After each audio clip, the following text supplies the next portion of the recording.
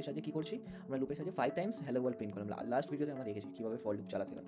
Now let's see here while loop. তো while লুপের জন্য আমাকে বাইরে ডিক্লেয়ার করতে হবে, আই এর ভ্যালু 1 রাখলাম for example, while keyword, and এই ব্লকের মধ্যে আমি কী রাখবো, হোয়াইলের ফার্দার জিনিসগুলো করবো। সো আমি এখানে কী প্রিন্ট করবো, হ্যালো ওয়ার্ল্ড। এবার 5 বার প্রিন্ট করতে গেলে কন্ডিশনটা তিনটে স্টেটমেন্ট থাকে, কন্ডিশন এক্সপ্রেশন 1, এক্সপ্রেশন 2, এক্সপ্রেশন 3, এটা হোয়াইল লুপেও থাকবে।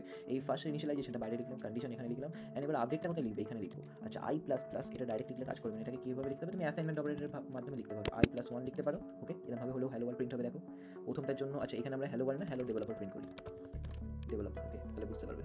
আচ্ছা হ্যালো ডেভেলপার দেখো 5 টাইমস প্রিন্ট হলো, ওকে। আচ্ছা এটাকে তুমি এইভাবেও লিখতে পারো, I plus equal to 1, you know assignment operator, hope so. So দেখো এখানে প্রিন্ট হচ্ছে এইভাবে।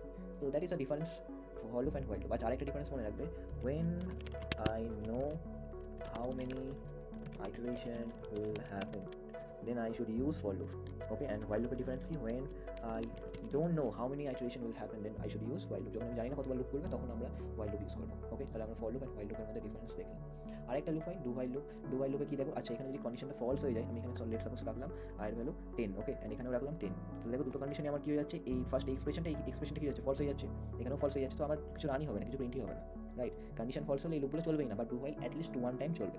তো আমরা সেটা আপকামিং ভিডিওতে দেখবো, okay. So thank you so much.